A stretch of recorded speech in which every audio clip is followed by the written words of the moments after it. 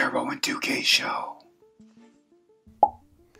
What is up, 2K crew? Yes, it is that time of the week and that time of the year, 2Ks. This is the first show we've had all year. Mm-hmm. I mean, we had, obviously the holidays kind of just fell the way they fell. And then, sickness ran through my house pretty deep and some other circumstances that, life happened. So Here we are, 2K crew, live back in the saddle for you guys and gals. And man, 2Ks, we got a pretty awesome show tonight. Yes. Not only are we going to get to the breaking news, we're going to go over the NFL playoffs as it sits right now. We're going to take a peek back at the national championship game because 2K's his national championship boner barely fit down the stairs. So we obviously have to talk about that. And then we're going to get to our top 5 tonight, which top 5 tonight is fast food burgers, 2Ks. I mean, that's a pretty broad category, but I think we'll get some really cool answers. So for those of you that are in the chat, I do want to say thank you for joining us. And Josh Lowe pipes in with Lions. That's right, brother. That is the thumbnail, the brand new Lions. 2Ks, the Lions are going to the NFC Championship game, and while we're thinking about that, I wonder if the odds are out. Them against the 49ers. They're traveling to San Francisco. So let's see here. Conference Championship. They have it opened San Fran 6.5 favorites.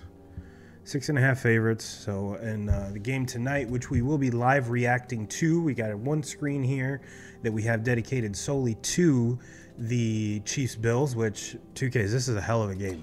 This is a hell of a game. We knew it was going to be a hell of a game. I mean, you have two of the most exciting quarterbacks in the NFL to watch. You know what you're going to get out of that. And it seems like every time that this game happens, this is what we see, this is what we get. But it's always Mahomes that comes out on top. And I have a feeling that tonight it's going to be the other way around. Yeah, especially considering Mahomes is on the road for the first time in his playoff career, which is kind of shocking to think about. I mean, it seems like, granted, Super Bowls are always neutral field, but yeah, this is kind of a put up or show up. And I'm reminded, 2Ks, of the game that they played that they actually changed the overtime rules in. We were actually recording that night, and you hung out for a little bit to watch part of the game, the wrap up of the game, and you're like, Chiefs got this. Chiefs got this. So you go home, and by the time you go home, which from the old studio to your house is maybe 10 minutes, I think the score changed about 4 times. Yeah. And then next thing you know, it's into overtime, and it is what it is. So, guys and gals, we are in for a treat tonight. It is 17-13 Bills at half. And 2Ks and I are putting together a halftime parlay here. 2Ks, let's start off with some news. Big news in college. We got Nick Saban retiring. Yeah. Give me your thoughts on that.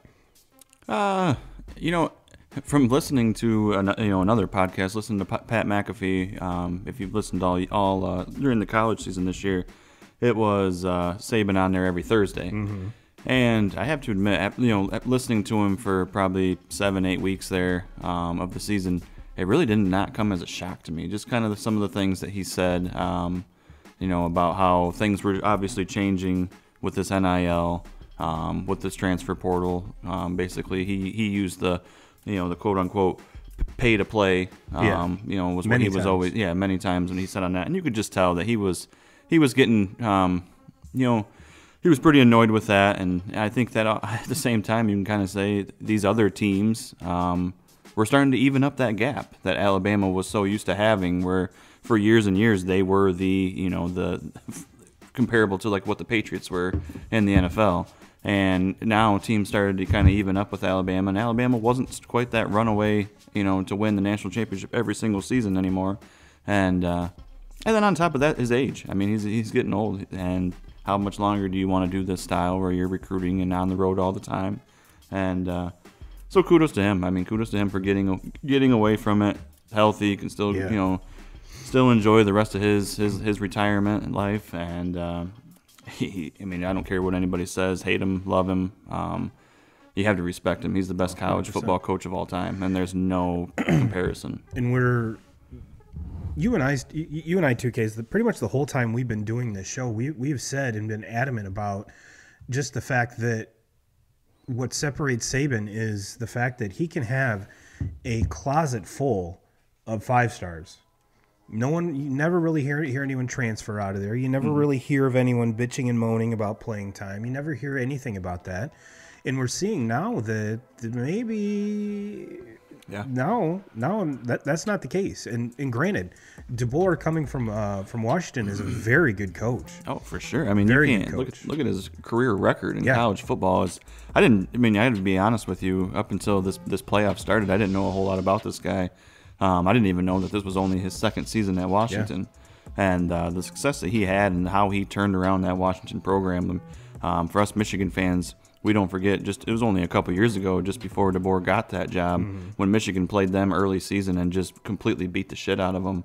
And Washington looked horrible in that game. Yes. And now to look at it 3 years later, they're in the national championship game. They have, probably the best college quarterback in my opinion in the game for them. And then those 3 wide receivers that are probably all going to be playing on Sunday when their time comes.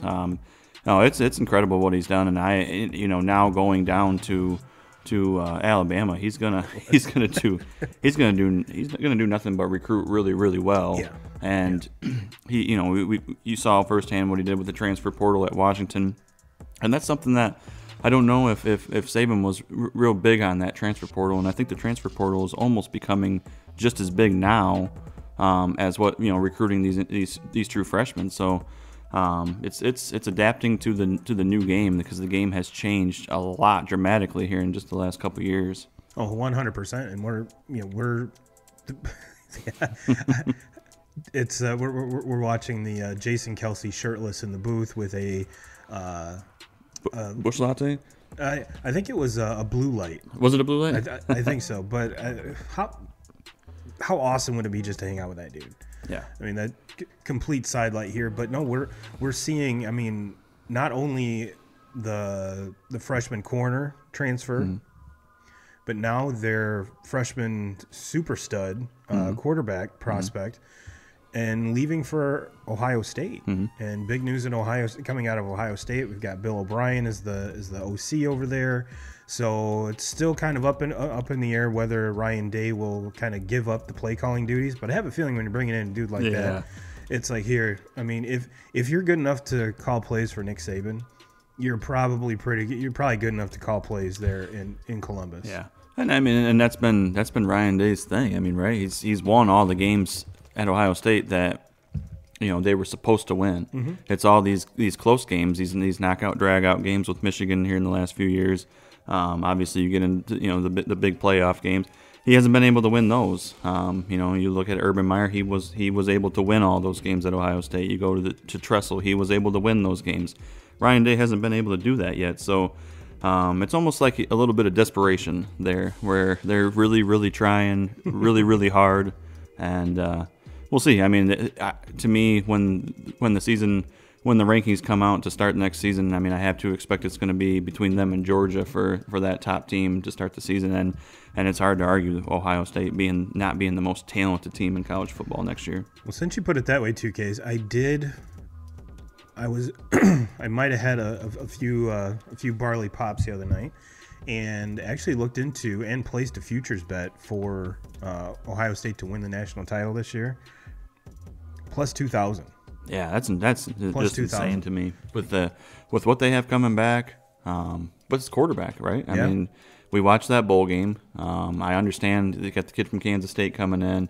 They got the transfer from Alabama now. There's going to be a little bit of a competition there. We'll see what happens. I would probably lean towards the Kansas State kid just because of the experience, especially to start that season. But there's no lack of talent on that team. No. To me, them and Georgia are going to be the two most talented teams on paper, and we'll see how it all plays out. But Ryan Day, what a pud, what a pud. It's just and that's the thing too. We'll see how it's almost like he's getting desperate and he's pulling all these top end talents out of the transfer portal. And the key is going to be, can you keep these guys? Can you?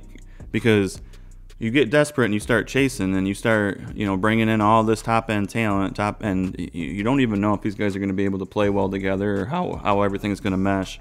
But what you're going to do is some of these kids that you promised the world to when you were recruiting them, and they're not seeing the field because you're pulling all these kids in transfers all over the place. It's going to be hard to keep that whole team, that whole thing together. Right. Especially if they don't win it. Yeah, and it's going to be very interesting because someone brings up NIL was the final nail, and I agree to a certain extent. I do believe that if should have taken that 11. Yep. I knew because that's like 25 on one play. Yeah. I knew this is what he does. I mean, it was too obvious, and I can't believe I just passed it up. We're talking about the Pat Mahomes scramble here for about 20 yards or so, and during our halftime bet we were debating whether taking him for over 11, considering he had -3.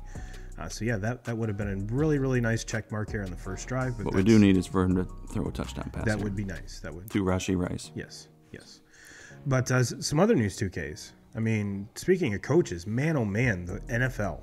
I mean, I'm pretty sure the first hammer to drop was Vrabes in Tennessee, which kind of was expected. It was a shock. I mean, to me, that one bothers me because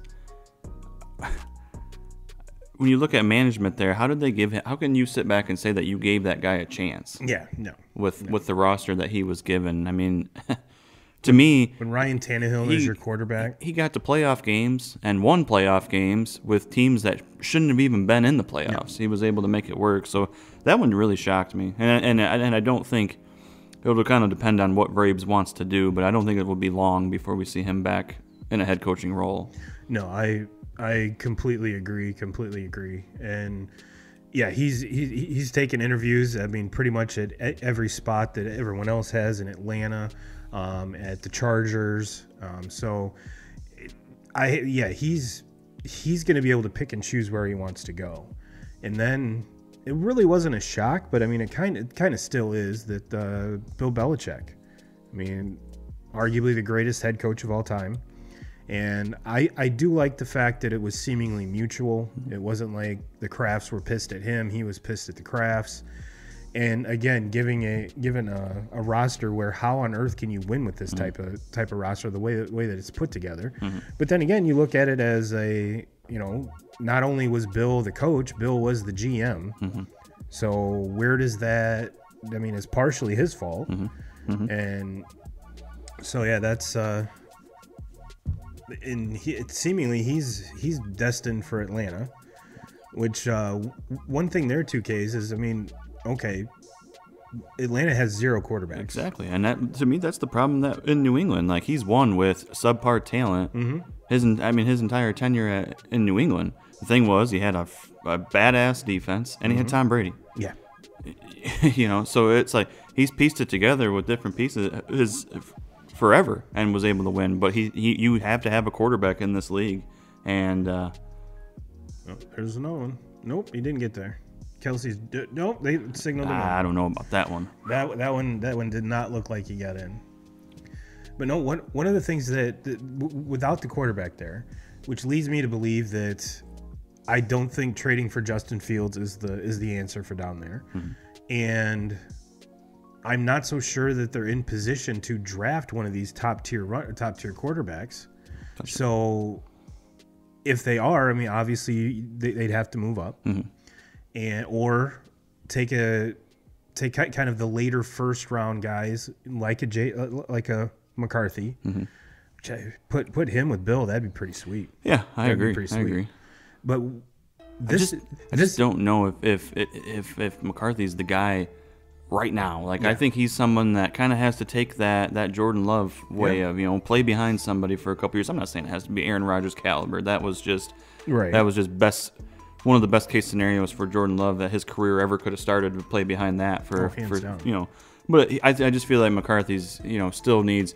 look, he was never leaned on at Michigan to be that guy to go out and win ball games with his arm. He just needed to take care of the football and allow in that running game and just not do anything dumb and turn the ball over. And that's what and he won games, and that's what he's known for.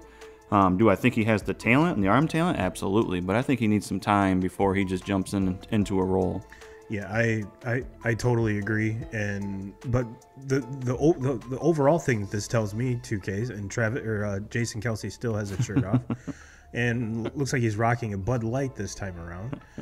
But if Bill is going the route of a younger quarterback, 2Ks, to me that tells me that he's not doing this just to get the record. Sure.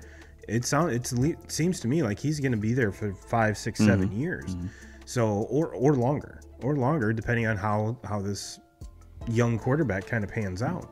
So ultimately, that's the biggest takeaway I have is the longevity, because most folks are just like, all right, well, yeah, he's chasing the record and he'll be done, which is what, 14, 15 wins away, which. In New England, they kind of had it set up to where if he had a better year this year, they were hoping that milestone would have been passed next year. His contract would have been up, and then, but the state of his just the team altogether just kind of forced their hand. So that's the biggest takeaway there. And then kind of the biggest, I would say. I'm going to say most sought after, just because the past 3 years it's been rumored. Coach Harbaugh to the NFL. And I think this year is more serious because A, he hired an agent, and B, I think regardless if Michigan loses in the national championship game, I think everything still goes according to plan is the way it's going now. And kind of the perfect scenario, 2Ks. It's pretty much like if he wants the job with the Chargers, that's pretty much, it's his for the taking. And as a Michigan fan, 2Ks, I know you'll miss Harbaugh, but you got a great coach sitting right there. Yeah, and it's very similar to what Notre Dame did. I mean, granted, Brian Kelly left for way different reasons, and way horrible timing, just the way where Harbaugh's doing it the right way. And hiring within, and his name's Sherrone Moore, correct? Yes, he did a fantastic job. Yeah, I think it's been kind of obvious here that just the way this season played out that he is the next guy in line. It absolutely shocked me a couple weeks ago, and I don't know if it was just a bunch of bullshit that was thrown out by the media, but when they started talking about Brian Kelly being interested in leaving to go to Michigan, and I was just like, oh my God, fuck. No, there's no way I couldn't do it.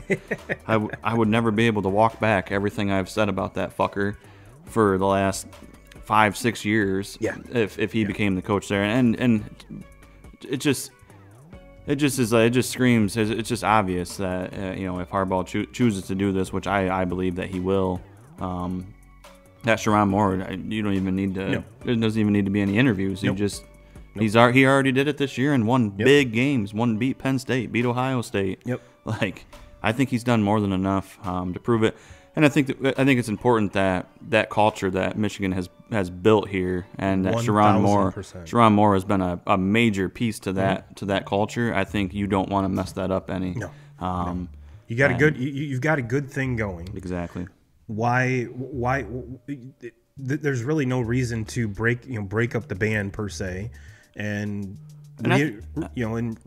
reinvent the wheel when Harbaugh's had the lean years. Yeah. I mean, he's built this to where it's top tier. This is the thing. Harbaugh's been doing it for years. So as far as the game management part of it, you probably give the nod to Harbaugh. But I would say I'd go out on a limb right now and say Moore's going to be a better recruiter.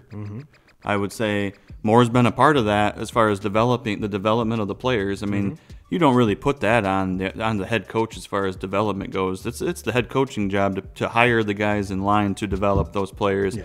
And Harbaugh's done a phenomenal job of that. And the strength and conditioning coach that they have, the defensive coordinating job that Jesse Minter did here with this team this year, Sherrone Moore being the offensive coordinator, they have developed they're not recruiting 5 stars to Michigan. No. They're recruiting a bunch of 3 and 4 stars, and they're hitting some guys in the transfer portal, but they're not hitting big-time name transfer portal guys. They're just hitting what spots that they need to fill, and they're hitting it. But they're developing those players, and to me, that's why you keep Sherrone Moore, because 100%. If you keep him, I think you can keep most of that staff with you to where. But yeah, and if Harbaugh stays, I think Sherrone Moore stays. He'll stay right in his role because it's not like, regardless if Harbaugh goes to the NFL or he stays in Michigan, he's not going to do this for a lot longer. Yeah. That's why I think he's going to the NFL, because I think it's kind of that last hoorah. He wants to go for a Super Bowl, be one of the, I think, 2 coaches in the history that have won a national championship at the college level and a Super Bowl. And so, to have that opportunity now to do that. But I think the writing was kind of on the wall. J.J. McCarthy opts out of his final season to go to the draft, followed up by about 18 more players that are opting out of there. I think that I would be very, very shocked if Harbaugh hasn't had a conversation with them like, hey, this is – I think he's a pretty upfront. I mean, and there's really nothing to hide. Exactly. You know what I mean? You built this. This is what you set out to do. You've completed it. So, yes, take some time to bask in your accomplishment, because you deserve it. Sure, absolutely. I mean, I rewind 5 years ago, 2Ks. How many people wanted this guy out of town? They wanted him. COVID saved his job. Yeah. I've said it so many times. If it wasn't for COVID, that COVID year, Michigan plays Ohio State, and Ohio State beats the absolute shit out of them. Yeah. And if that would have happened, I don't think that Ward Manuel would have been able to not make a move there, because the fan base, everything had turned on, and they were done with him. Yep. And I don't think there was any way possible that they would have been able to keep him. And Harbaugh, I think, realized that. He obviously, the pay cut came out. He knew that he needed to make changes to his staff. That's when Sherrone Moore came in. That's when he made it wasn't Minter off the bat. It was the other one from the Ravens, McDonald, who's now defensive coordinator with the Ravens. But basically, he called out to John, his brother John Harbaugh, and said, I need to find something different defensively. We need to come up with something, a way that we can stop Ohio State and the athletes that they have. And John said, well, I have 2 guys. They're both position coaches on the defensive side of the ball.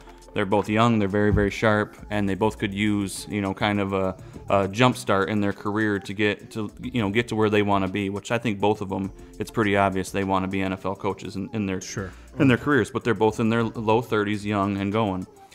McDonald was the first one. So McDonald goes to Michigan. Minter needs to get out of the NFL too, and needs to get an actual coordinating job. He leaves and goes to Vanderbilt. McDonald coaches 1 season at Michigan. The defense is top 5 in the nation. They get beat by Georgia in the bowl game, which that Georgia team was insane that year. But anyways, their defense was so good that year. McDonald leaves, goes back to the Ravens as their defensive coordinator. Harbaugh makes a call to Minter, who was second in line for that, to Vanderbilt, and they yank him from Vanderbilt to Michigan. And those coordinators, it's the Minter and it's the Sherrone Moores that came, that Harbaugh hired in that whole process.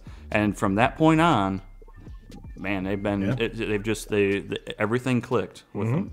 In breaking news, 2Ks.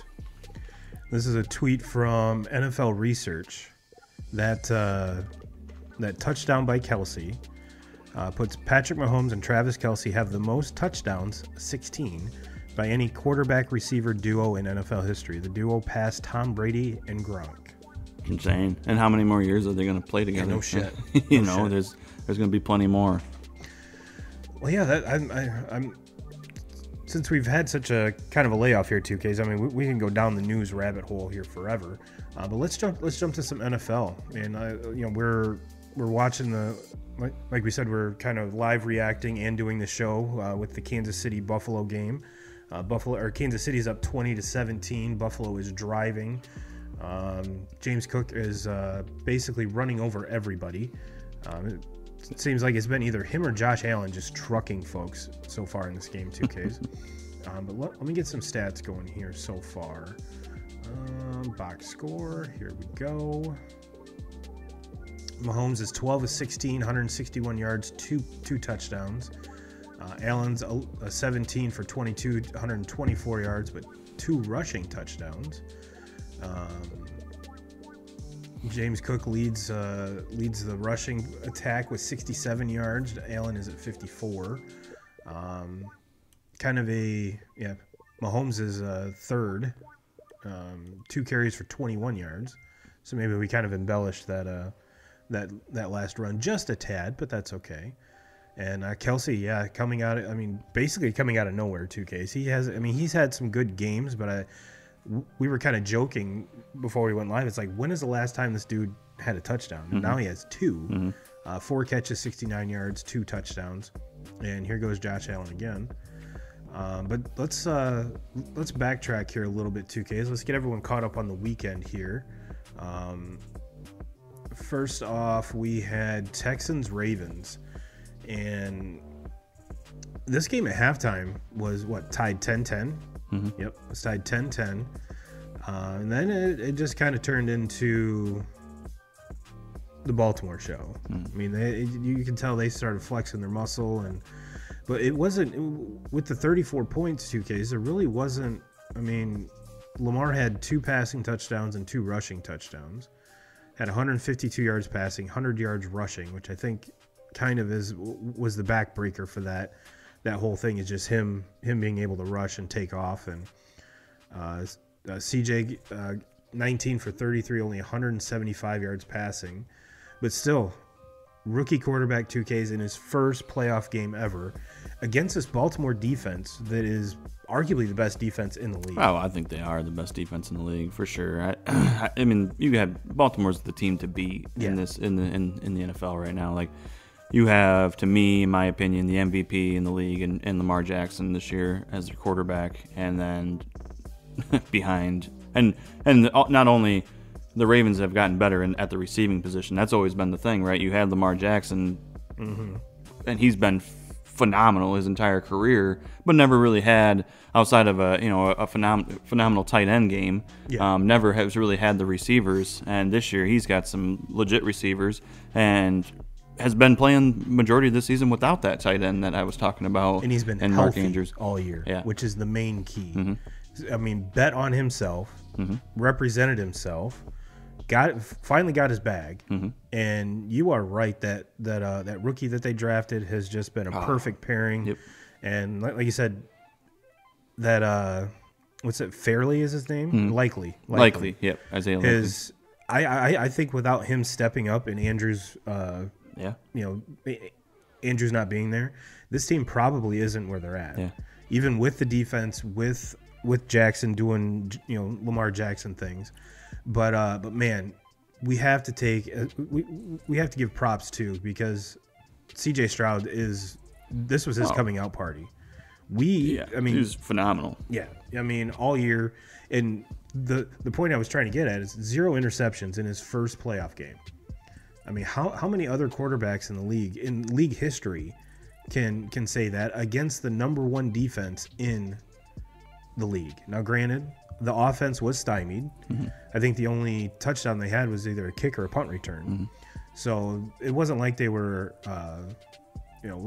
they weren't world beaters by any means. But I think it just came to fruition that they just played a better team. Absolutely. Now, this is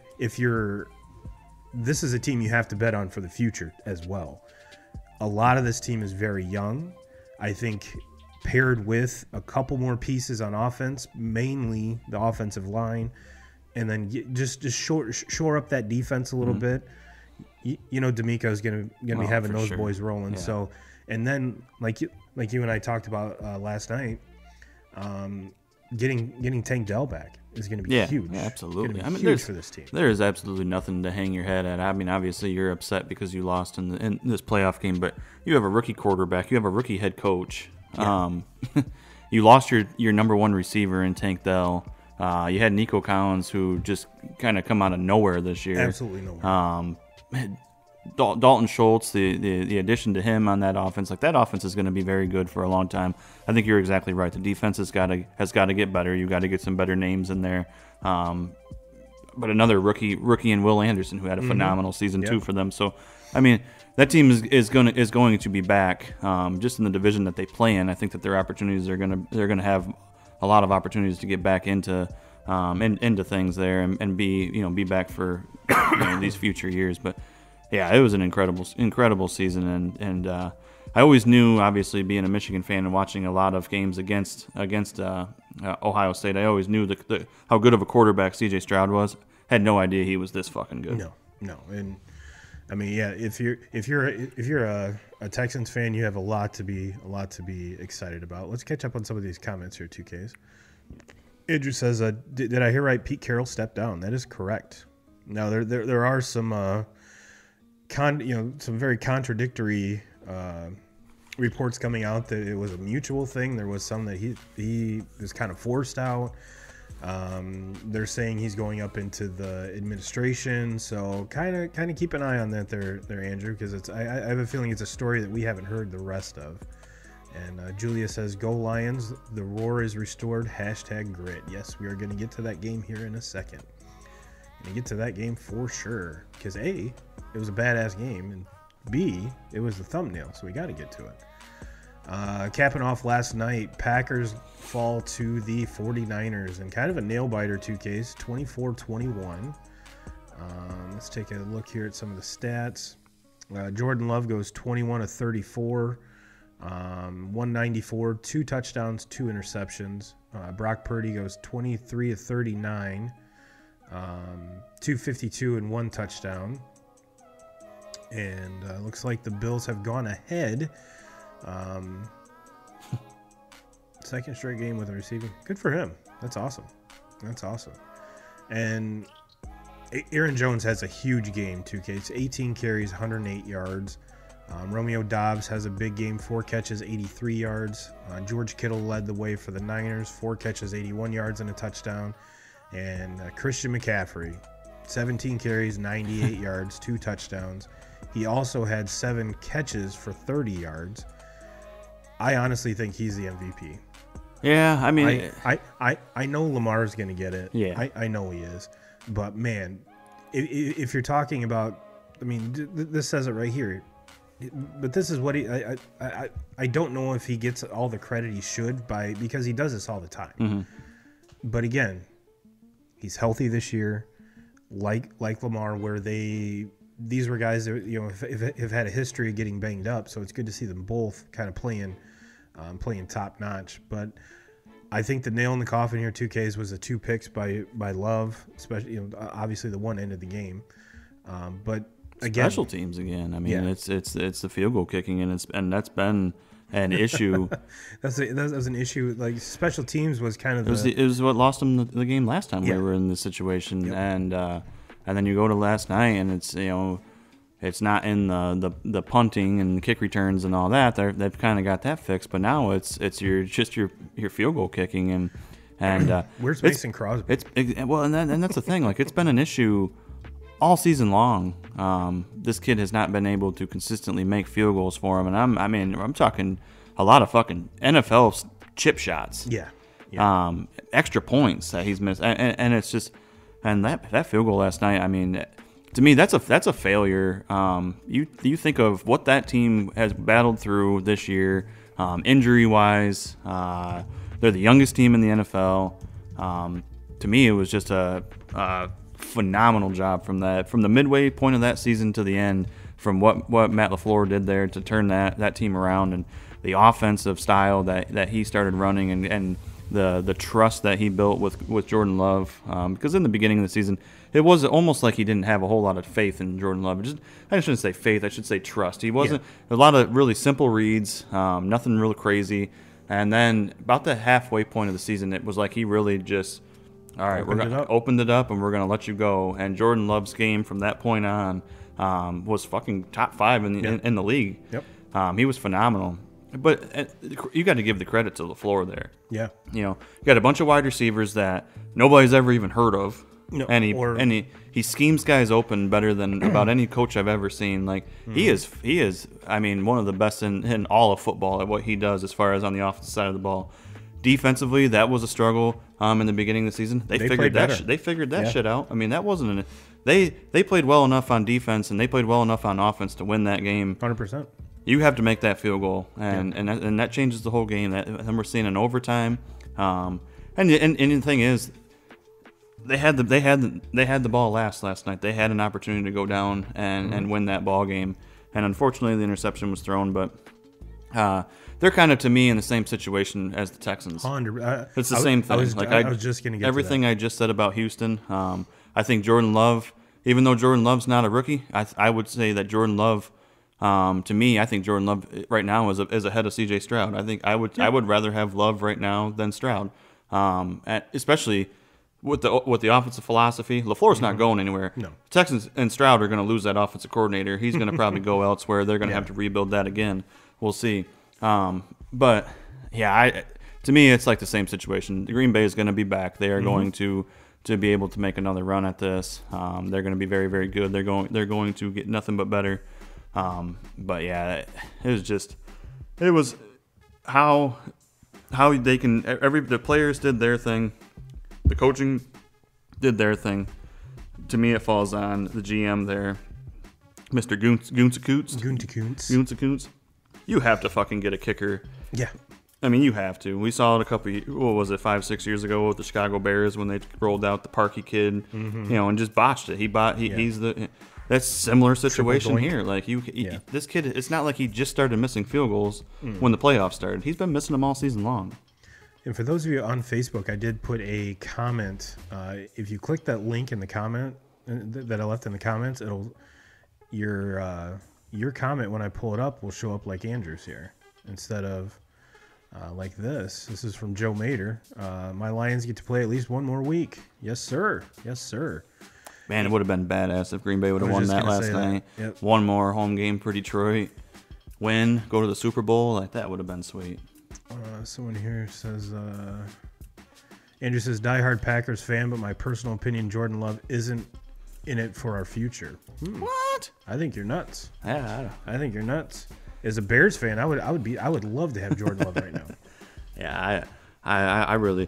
You would have talked to me early in the season, and I would have said, "Ooh, I don't know." But what he did the second half of the year, what he did, even against the Cowboys in the first game of the playoffs, I think it's safe to say that he's the guy. Got another comment. Look at his numbers compared to Aaron Rodgers. When Aaron Rodgers started, they're very, very similar. Probably leaning a little bit more towards Jordan Love, to be honest with you. Packers are the youngest team in the NFL, and I think that the Lions are the second youngest. Should be an interesting NFC North for years to come. 100%. Yeah, and the Bears 100%. Are going to go. The Bears, I mean, these draft picks are going to change some things. I sure hope so. And what the Bears defense did there at the end of the season, they came around on the offensive side of the ball. We'll see what they do here in the draft as far as quarterback-wise. Are they going to decide to keep Fields? Do you go with Caleb Williams? I think it's going to hinge on what's his name? Lincoln Riley? No. He's the coach of the Cardinals. He's with Lincoln Riley. Oh, Kingsbury. Kingsbury, yeah. They were interviewing Kingsbury to be the OC. I think if that happens and it's a slam dunk, and if you're an NFL GM, you have to be thinking that yes, if that happens, get your offers in for Justin Fields. And I by all means, I am not saying Justin Fields is a terrible quarterback. You just need someone or an offensive system very similar to Baltimore's, because they're two very special athletes. Sure.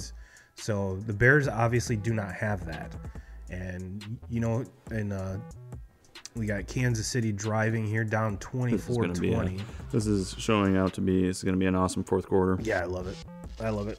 You kind of had to. I mean, with this game, it probably is going to come down to who has the ball last. So, which is great for all of us. It's great for all of us.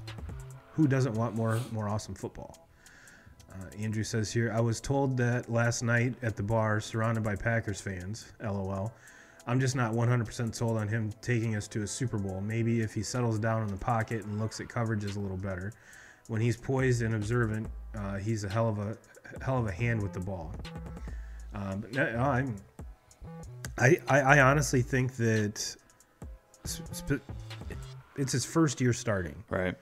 You have to basically. He's only going to get better. You have to basically, he's a rookie. Yeah. I mean, he's not a rookie, but he is a rookie. Yeah.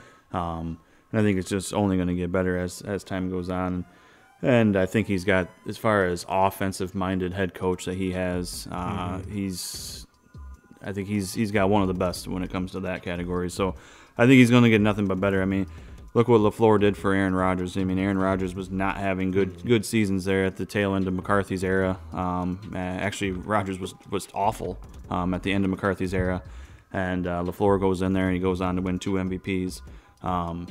I think the way that offense runs and the way that they're able to scheme receivers open, because I think he does it better than any coach in the NFL, with the exception of maybe Mr. Andy Reid right here. There's potential there for Jordan Love to win an MVP in his career, in my opinion. Yeah, and you would have to think that this is Gutekunst's team now. Everyone that's on that roster is someone that he's either drafted or signed.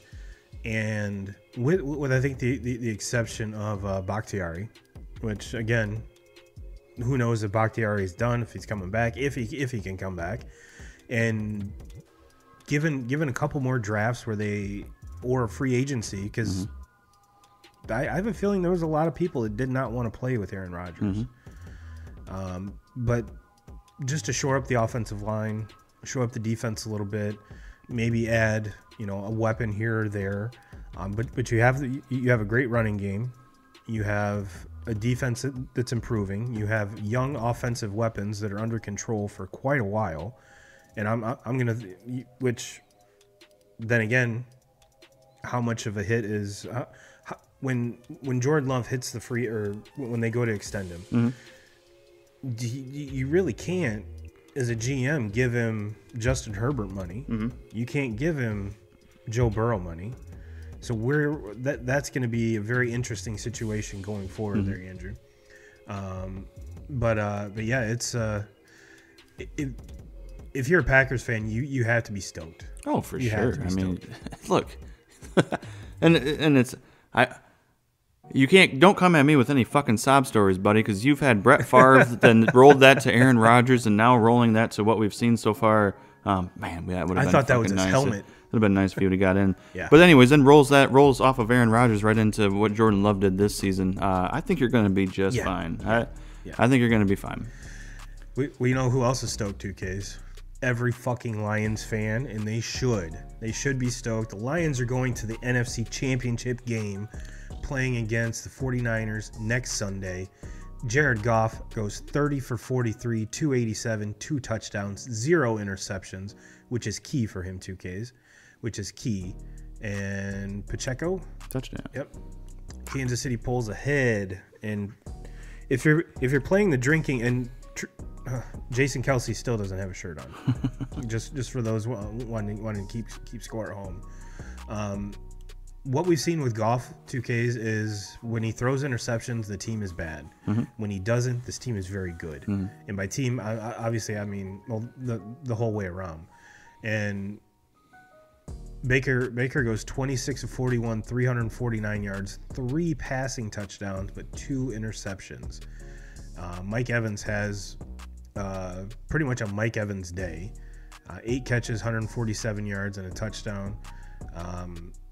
Kind of, it seemed like Goff was more was getting the ball around more to folks, because St. Brown has 8 catches for 77 yards. Usually he's a lock to go over 100. Yeah. Sam Laporta gotten out that knee injury, 9 catches, 65 yards. St. Brown does score a touchdown. But Gibbs, Williams, Brock Wright, Josh Reynolds, David Montgomery all had catches. So he did spread it around very well. And the defense, 2Ks, I mean, I want to say they had 4 sacks, only allowed 2 sacks. So that was pretty key, considering what Tampa was able to do the last week. And that's what I was kind of shocked watching the game was, you think of a Todd Bowles defensive, team. They're going to blitz. They're going to run a lot of exotics. They're going to try try to muck things up, especially when you're going against a quarterback that's not mobile. Yeah. Basically a statue in the pocket. And it wasn't like they tried to really do anything to get after him. And if Goff has all day to, make run through his reads and read his progressions, he's going to pick you apart. And then also they were able to get the running game going. Finally, yes. With what Gibbs did there to start the second half, running the football, that sets up the play action. And when Detroit's offense can set up that play action, they are really, really good. Really good. There was one point in the first half, 2Ks, where Jared Goff led the rushing attack with 6 yards rushing. For a Lions team, that is completely unheard of. Mm-hmm. But yes, and that, if you watch the game, the commentators pretty much laid it out there like, well, yes, the Lions lost to Tampa earlier in the season, but they were without Gibbs. Yep. And he is a total difference maker to that team. The lightning, if you want to call it, to Montgomery's thunder, and they split the carries pretty much even. Gibbs got 9 carries. Montgomery had 10.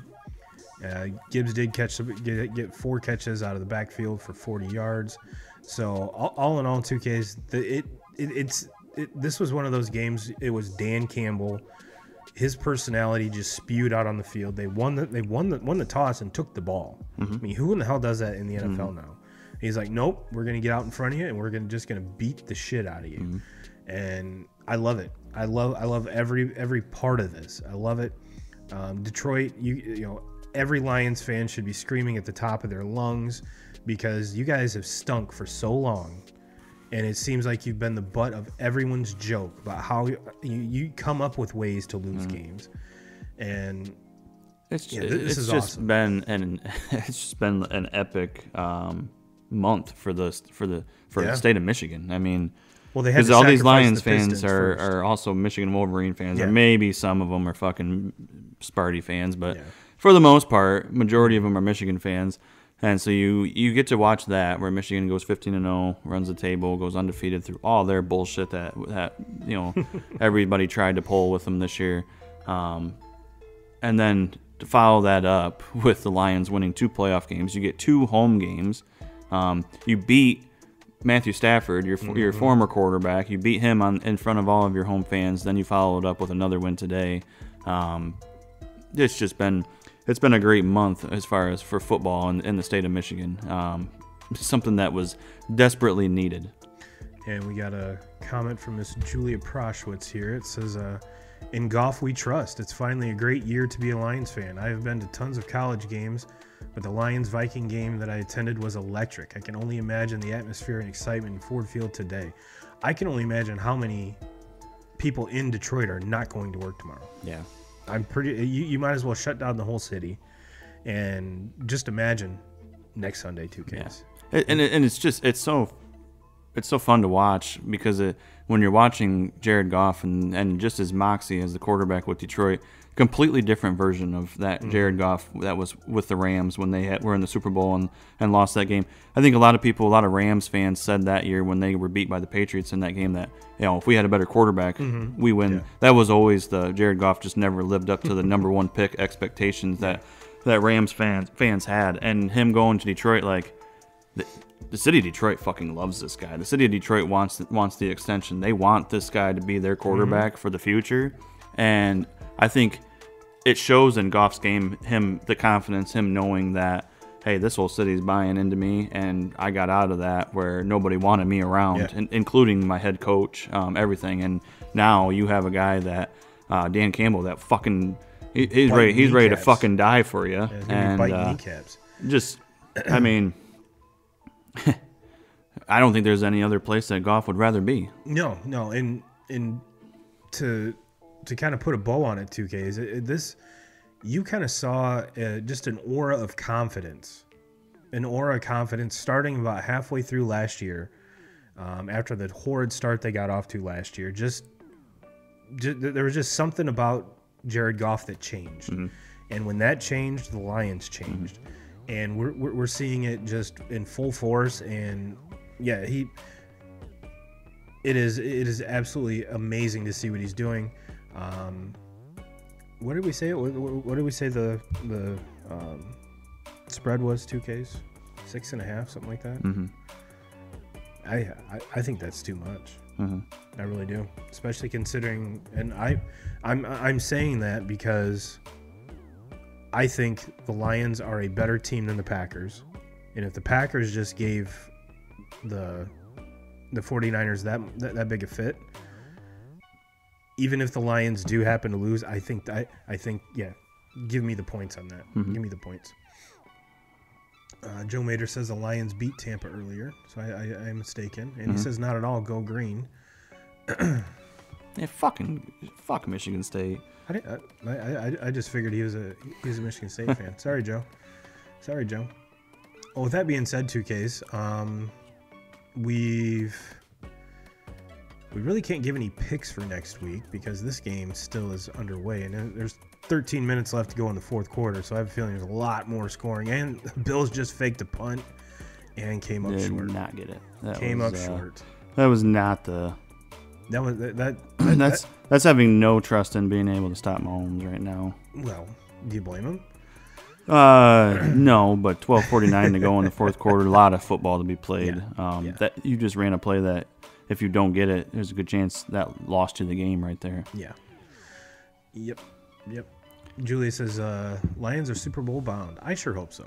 I hope so too. It'll be obviously their toughest test next week with the San Francisco team. But hey, there's a chance that Debo might not be out there. That's true. Depending on how serious that injury is, and that offense is completely different when Debo's not on the field with what he can, what he brings to the table. You would rewind to that 3-game skid that they were on. Debo and Trent Williams were both sidelined, and I honestly thought it was. It was more Trent Williams than Debo, but man, Pacheco just the way he runs, I would not want to step in front of him, let alone tackle him. Well, 2Ks, I think it's about that time here. Before we get into the next little segment here, 2K crew, I want to thank everyone for joining us, for watching us, for taking time out of your day. For those of you that are on Facebook, love each and every one of you. I will drop a link to the YouTube channel. I really do think that the viewing experience is a little bit better over on YouTube, so I will drop that right now. So everyone go over there and give us a nice little sub over there. And if you are, for those of you that are on YouTube, thank you for watching us. Hit that like, hit the subscribe if you're not. Drop us a comment. I mean, we've been highlighting folks' comments all night. If you want to see your name up there, go ahead and drop a comment and give us a share. In the lastly, the not forgotten and kind of the whole thing is the audio side, 2Ks. If you are whatever podcast software that you use, go ahead and give us a follow and give us a nice rating over there. Give us a nice rating. Well, 2Ks, like I said, coming down into the studio, your national championship boner barely got through the doorway, and we kind of talked about it a little bit here, but I wanted to get that's a fumble. That's a touchback. Oh, that's a huge swing here, and now we're gonna get the folks that hate this rule, but I really don't know what else you would do with it. Yeah. That's so close. Yeah, that is super close. It's almost like that ball was coming loose though when he before he touched. Yeah, that's close. Now this is a prime play where if this was the Manning cast, they'd be able to talk about butt cheeks for about 10 minutes, which Peyton and Eli love to talk about butt cheeks. But 2Ks, yeah, I just want to give you the floor here a little bit, kind of enjoy it, sink in. And just give us your thoughts on not only the game, obviously the result, but yeah, the floor is yours. No, it was just incredible. I mean, what they did this year, the run that they went on, and it starts even before this year. That you get your ass kicked against Georgia 3 years ago. Georgia was by far the best team in the nation, all the same kids, And they come back the next year, and I think they really thought, especially after they blew Ohio State away in Columbus, like we can go on and we can take on Georgia in the national championship. and they just lay an absolute dud against TCU. They get beat. Opportunity for a lot of those kids to call it quits, go to the NFL, and they all decided to come back. And, there's rumors of Harbaugh leaving for the NFL last year. He decides to come back. Everybody comes back. They run it back. I think J.J. McCarthy said that he guaranteed that they were going to come back. Like, that's like Tim Tebow-esque. Like, that's something that, like, Tebow would have said, and then so McCarthy treats that, that post-game press conference, and he says all that, and they fucking did it. Like, they came back. There was a lot of bullshit that happened this year. People can fucking say whatever the fuck they want. All this shit came out, and then they went on and had a bigger microscope on them than any other team in the nation, and they beat Penn State, just fucking embarrassed them. They ran the ball every single play in the second half and just completely fucking embarrassed them. They beat Ohio State, and then it's Alabama, right? And Alabama's going to beat them. Michigan was scared the day that the announcement came out that Alabama was the 4 seed, and look at all the players, Michigan players, they're all scared. And they fucking bullied them in that game too. Made a shit ton of mistakes in that game. Probably should have lost that game with all the mistakes that they made. Kind of reminded me of the TCU game from last year. But they still find a way to come out and win that game. And then this Washington team, best quarterback in the nation, 3 NFL wide receivers, best offense in college football. Absolutely. I can't argue that they're not the best offense in college football. Well, Michigan's defense is the number 1 defense in college football too, and you held that to 13 points. The only touchdown drive that they gave up was on a blown opportunity where Michigan went for it on 4th down, gave the ball to Washington with momentum, with great field position. They go down and score, but it was just absolutely fucking dominated by Michigan that game, and they proved to the whole world like all this shit was bullshit. And like I said earlier, I mean, football for the state of Michigan this past month has been amazing. It was a touchback, by the way.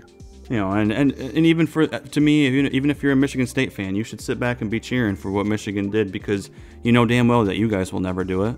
So sit back and cheer, because somebody had to do it for the state of Michigan. Go out there and win that championship, and Michigan did it. And Michigan State, you guys will never do it. Never have the opportunity. Never have the opportunity to do it in basketball either. So, that's where I'm gonna fucking go with it. Well, in all fairness, for Michigan to succeed and the Lions to succeed this far, the sports gods had to sacrifice the Pistons. I mean, he did. It's not Massachusetts where every team is good. So, just wanted to throw that in there. No, it's I'm sure as a fan, 2Ks, you're looking at, all right, well, what's next year going to look like? I mean, for the obvious reasons that we've talked about. So, I was proud of the guys. I was proud of Coach Harbaugh, and for a fan base that is they've been yearning for this.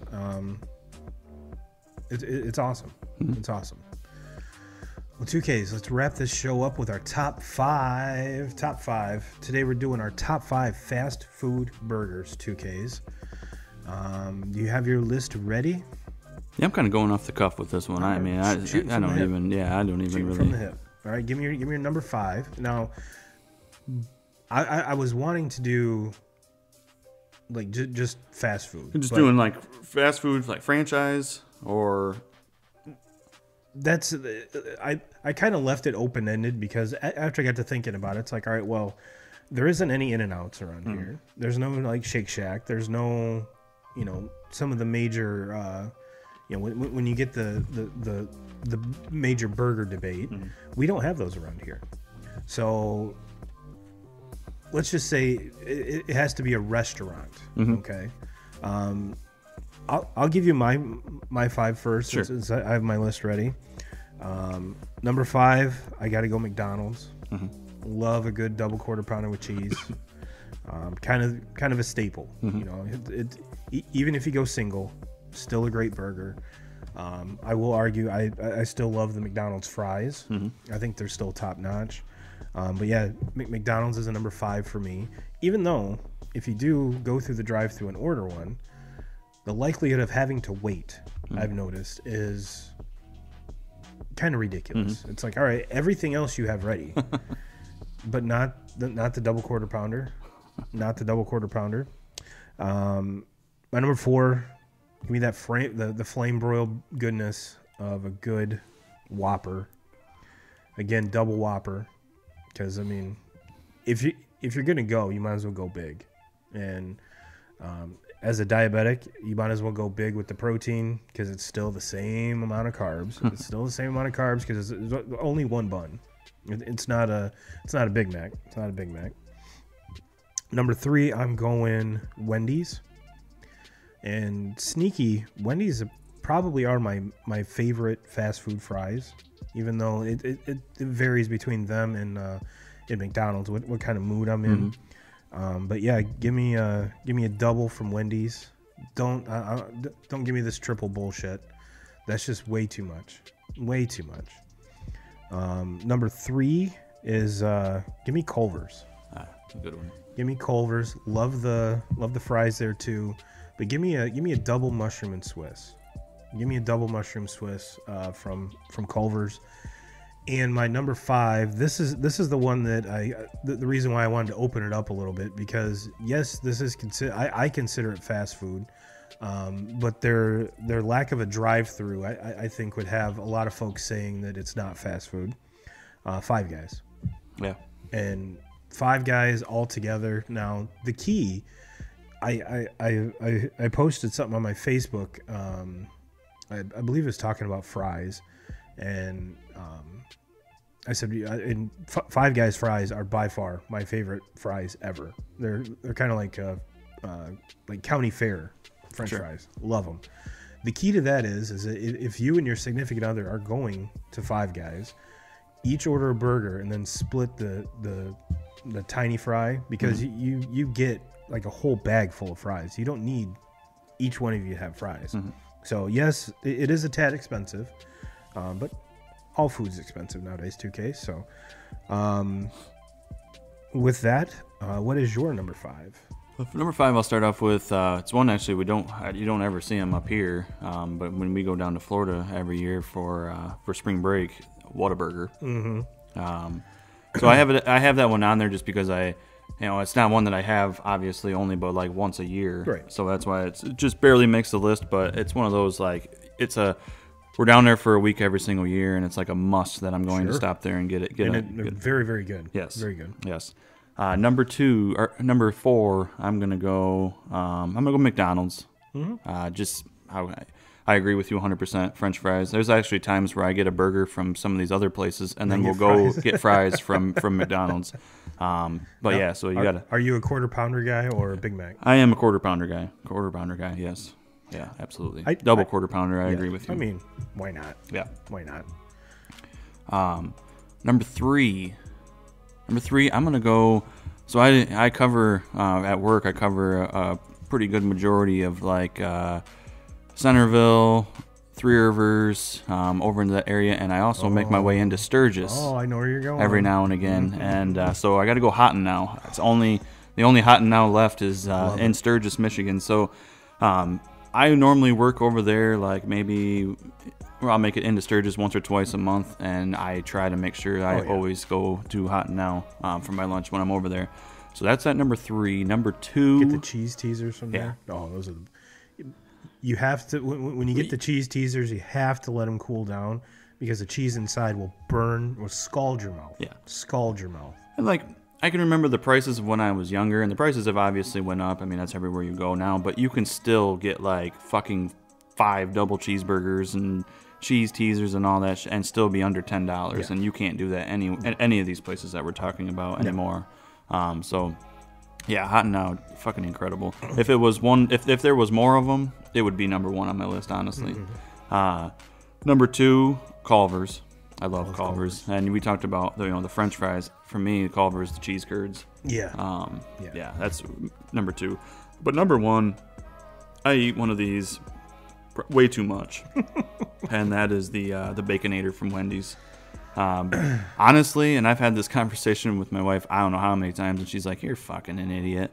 But I would pick a Wendy's Baconator over about any cheeseburger that I've had from most restaurants, bars, everything that I've ever been to in my life. I've been to places where they're like, "Oh, this is the best burger that you'll ever have," and I'm like, I'll eat it, and I'm like, "That's very good," but it's not as good as a Baconator. So that's how much respect I have for the Wendy's Baconator. Fucking ridiculous, because it is about $20 when it's all said and done when you get your meal. Now, do you go pretzel bun now? No, I just keep it with the Stay OG. Yes, yep, absolutely. Stay OG. I do like a pretzel bun every now and again, but honestly, I'm more of a pretzel bun with chicken than I am pretzel bun with burger. Interesting. All right. Well, I mean, can't argue with any of those on your list, 2Ks. And I completely forgot about the hot and now play. That's again, I 100% agree with you that if there were more of them. Oh, like it used to be? Yeah. Fuck, I mean, that's only, when I was a little kid, like that's the only place we went. Yeah. Well, even, I remember when they had the one on Westnedge, we would leave, that's back in the day when you used to go cruise the mall or go bowling, and we were 16, 17, 18 years old, and we may or may not have consumed some alcoholic beverages at said bowling alley. But we would always, for whatever reason, they served us. Yeah. So. And you get like 6 double cheeseburgers from Hot and Now on for the ride home. Oh yeah. Oh yeah. There'd be a whole group of us piled in someone's car. And it cracks me up to this day, because if you when you roll up there and through the drive-through, there's the option to buy like 20 burgers. That's one of their deals, like 20 burgers for $25 or something like that. It's insane. And yes, I'll do that. Yes, yeah, why not? Will I eat them all now? No, but they will be consumed. Yes. Trust me. Yes. Trust me. They will be consumed. But no, and you're right. Every time Kristen and I are out and about and we end up that way, I don't even care what time of day it is. It doesn't have to be lunchtime. Doesn't have to be dinner time. Yep, it's definitely hot now time. Back in the day, when we used to call it Rotten Cow, Rotten Cow, but I didn't care. It was good. It was good. Well, 2K crew, I think we'll leave you there with that. Let us know your top 5 fast food burgers. Let us know which list you think is better. Mine or 2K's. I think with the hot now, I'm gonna have to tip my hat to 2K's on this one. But 2K crew, we'll get you out of here on that. Everyone have a fantastic week. You will see you back here next Sunday. And as always, Jim Rome, we're coming for you.